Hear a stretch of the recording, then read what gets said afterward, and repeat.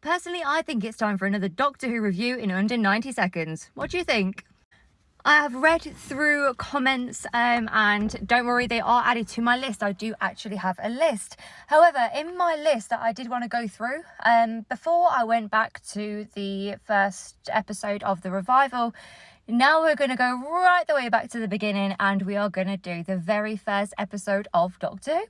23rd of November 1963. Great date, only because it's my stepdad's birthday, not a great date because of JFK.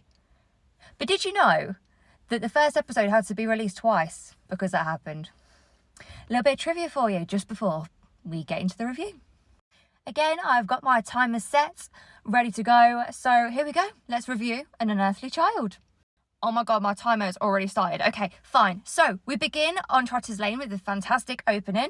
And because it is the first episode of Doctor Who, we genuinely don't know what to expect.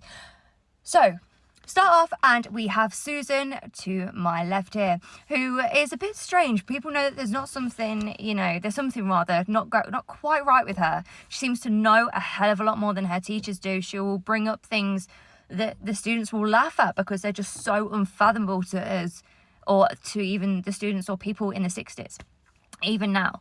So she knows things. She reads a book on French Revolution. She points out the inaccuracies of them all and things that aren't right. She would talk to Ian, who is a science teacher, about science and will school him. And then she does the same to Barbara, who is her history teacher, I believe. Anyway, this review is already unreliable, I guess.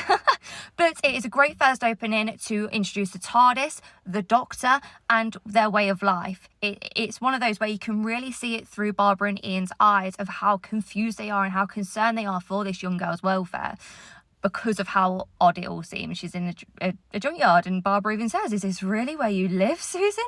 So it's a great opening. The TARDIS is great. Barbara's on it, by the way, in this. She gets it. This thing is humming. She knows that it is alive. Ian is a little bit more sceptical, but I think it is just because he is a man of science. Got so many quotes, but I've just not got the time for it.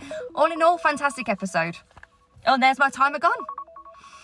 Anyway, that was my review of An Unearthly Child. This is actually a lot more difficult than I thought it would be. But if you have any picks, please do pop them down below. And I'll see you next time. All right, thanks. See ya.